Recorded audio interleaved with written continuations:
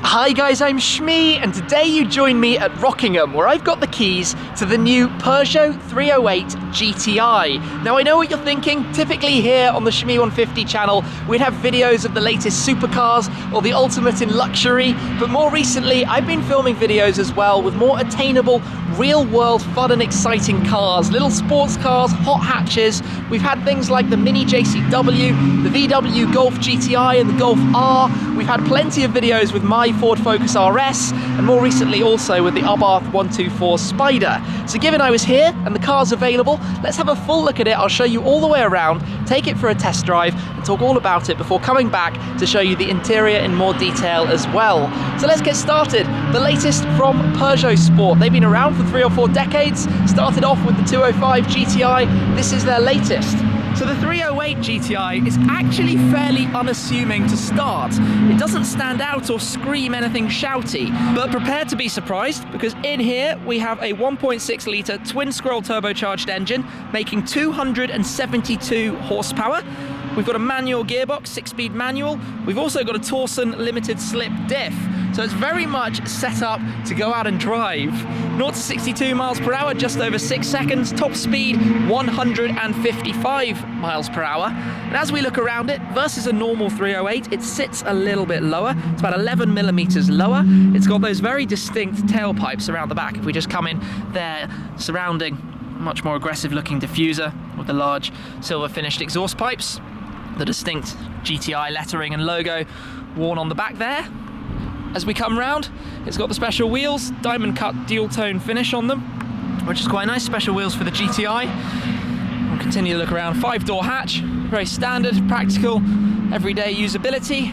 Around the front, again, just some red touches to add some sportiness. Coming close, the red Peugeot lettering above the grille is quite nice, and then the finisher down at the bottom. So this car is pearl white. It costs £28,500, standard 1 specification, which is quite nice actually. Makes it very easy to consider, I guess, your options and what you're buying. That's the price here in the UK. Coming to the inside, Peugeot Sport seats. These are really quite nice for the money. Alcantara, the finishing, the contrast stitch. I have to say, they look really, really good, and they have all sorts of functionality and massaging and stuff as well, but we'll talk more about that a little bit later on. Having a good look at the inside, you've got a very distinct GTI steering wheel with 12 o'clock stripe.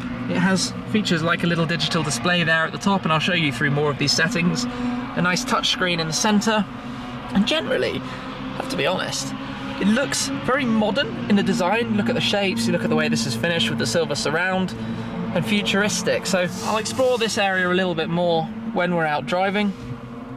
Keyless, lots of nice things, and show you all around it and the screens and what you've got.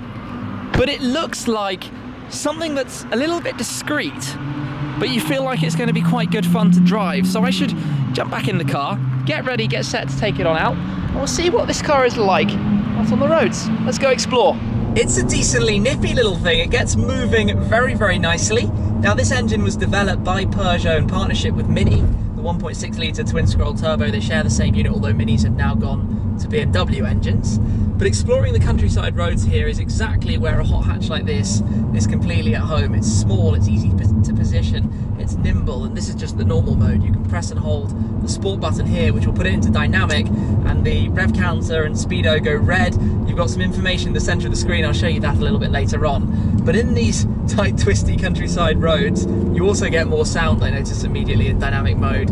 I can just explore and play with it, and it rides over the bumps. In a supercar or anything massively more powerful, you just can't drive properly down these or this style of road. Whereas this is a very usable power band. It's a very usable amount of power to start.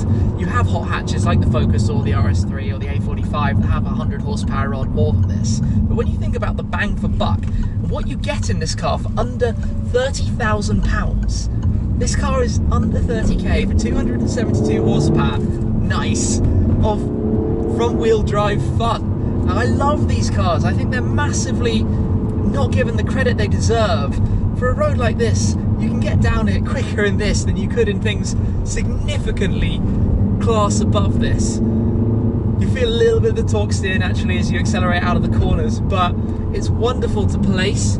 You get a very strong sense of the playful character from it. It actually drives really, really nicely on this road. I've got very lucky with where I've come to explore it. And it rides over the bumps decently well, and I can feel that by being in dynamic it's tightened up the feel of the throttle response. The steering's changed slightly as well. The steering actually feels quite good to me. It feels quite nicely playful, especially this road the way I'm driving at the moment, but sounds pretty good. And away we go! Little bit of torque steer when you accelerate. Oh, nice! Brand new Maserati. Always cool. This is a brilliant choice of road to come and experience a car. So there are definitely bumps when you hit the harder bumps on the ground. You feel them coming back through. I think probably less than the Focus, I could say. But it's actually quite good. It's actually decently surprising. It's a little pocket rocket of fun. Let's turn around and go drive that road again. It was too good. I want to explore it more. For the moment though, I'll pop it into dynamic mode, deactivate it. So it says dynamic mode there, but sport mode here. One thing thinking about the dash in front, and I'll show you this when we pull over back at the start, or back at the end I should say, is that the displays are above the steering wheel. Normally you'd be looking through the top of the steering wheel to see your displays, but that means it's got this tiny, very, very sporty steering wheel. We'll just do a little turnaround test for a moment, see what it's like. So tiny little steering wheel, flat bottoms, it's really, really nice. And to reverse it's that way, and we've even got a reversing camera. Wonderful. I love the technology you can have in little cars like this. It makes life very, very easy. So steering light at low speed, as it should be, and drive away again. A little 360 view as well. Loaded with optional stuff. This system is great. We'll get to playing with that when we get back to Rockingham as well. But visually it's all very clean. There's not too much to press and play with on here. You've just got your volume and a small scrolling thing, and then your telephone. Coming back out to the country lane, so I'm going to pop it back into dynamic again. And it immediately gets more responsive and a little bit louder as well, just in second gear, holding the same throttle. So away we go. Shifter could have a slightly shorter shift. It might be a little bit nicer to not have to slot it quite so far, but it does feel quite assured when you do slot it into gear. Clutch is super easy, no stress there. Little bit of pressure back against you to give you a good feel. Brakes are super, super sensitive. You don't have to give much push of the brake pedal at all. 380mm brakes, pretty serious stopping power in this thing, which is again quite an impressive characteristic. I think it's a very good sleeper car because it doesn't stand out. You don't look at it and think that's a seriously get up and go hot hatch, which is kind of a cool trait, but I quite like it being a bit more shouty than that. I quite like slightly more on the visual appearance side of things. I mean, it's distinctly not a regular 308. It's obviously GTI to start. Blast around the corner. Yeah, the handling's great fun. Handling's really good. Gives you nice feedback. Catch up with somebody. Unsurprising. So plenty quick down countryside roads. A to B in this. We're going to be getting a proper move on, going everywhere. A lot of fun if you want, and then it's pretty practical as well. You know, 5 people, boot, luggage space. It's why hot hatches are so popular over here in the UK. We have these narrow countryside roads, super pretty, especially on a lovely day like today with the sun out and the sky a little bit blue. It's coming in and out, but it's a great environment in which to drive something that is small and nimble, especially with the penalties if you go too fast and speeding and all of that. It's much easier to drive something that you can actually rev out, and you get up to the rev limiter, which must be 6,000 or so in here, but you can actually get there without being panicky about how much trouble you're going to get in, because in second gear you're still within the law. It sounds nice. There we go. But there is a substantial amount of torque steer. I feel that quite heavily driving with the front wheel drive system. Anywho, I'm going to head back. I'll show you more around the interior and things I've been talking about, and we'll take it all in. I'm back, so let's explore around the inside of the 308 GTI. And it's mostly pretty simple, but it's very effective and functional. And the steering wheel, I talked a decent amount about, but I actually really like it. It's nicely finished, the perforated material here, the 12 o'clock center stripe, the grip, it's small but chunky and nice to hold. Got a couple of buttons, but not too fussy, and it's got that flat bottom with the GTI logo. Just nice bits of trim around there, so that's a nice thing to hold. The thing that is a little bit odd is the eye line is about there, so having the instrument dials up above is unfamiliar to me. Maybe it's more familiar to you if you're regularly driving Peugeots, but up here to the left you've got your speedometer and your fuel gauge. You've got the 3-inch digital display in the center, which is one of the option pack parts that comes on the GTI, and then your rev counter over to the right. And if I zoom in, you can see the texture they have at the back, which is quite decent as well. And even the needles, I think that's a really nice shape. They just look cool, they just look good. And then that central screen, as you can see, being reasonably gentle on the car because it's only done 114 miles. It was just at 100 when I started driving it. If I press it into sport mode, you can see it changing to the red dials and the dynamic display in the middle with the power, the boost and the torque. So if I give just a quick dab of the throttle, you can see a little example of what that is about there. So nice little bit of information there, good for the price point.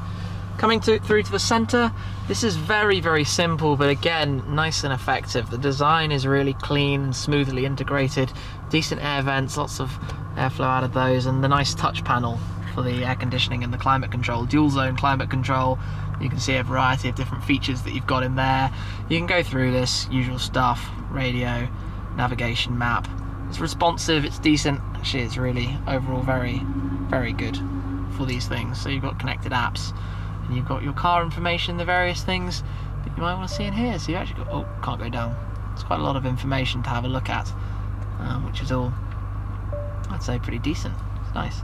And it's a nice feel to it. You can hear the gentle tones in the background, which all work together very well. I mean, coming down, very simple. Not very many buttons. Genuinely, that's one of the craziest things. There are very, very few buttons to play with or press things in here, which I think is actually quite a clean charm. Maybe it's a little bit awkward to get to things that are more complex if you're looking for them. I haven't obviously spent too much time, but there are some hotkeys up at the bottom to flick between things. I think it's pretty decent. Then you come down further, gear stick. Like I said, it could have a shorter throw. It's quite a long way front to back, but does the job, slots in nicely. Below that, the button for stop start, the dynamic button, press and hold to turn it off, electric handbrake. Then you've got some decent storage here as well. I should stop saying decent, really, shouldn't I, using the same word over and over again. That's actually removable and slidable, so you can open that up to be a pretty big storage bucket. Like that, that works well. The armrest, I think you can open it, and you've got another bucket there.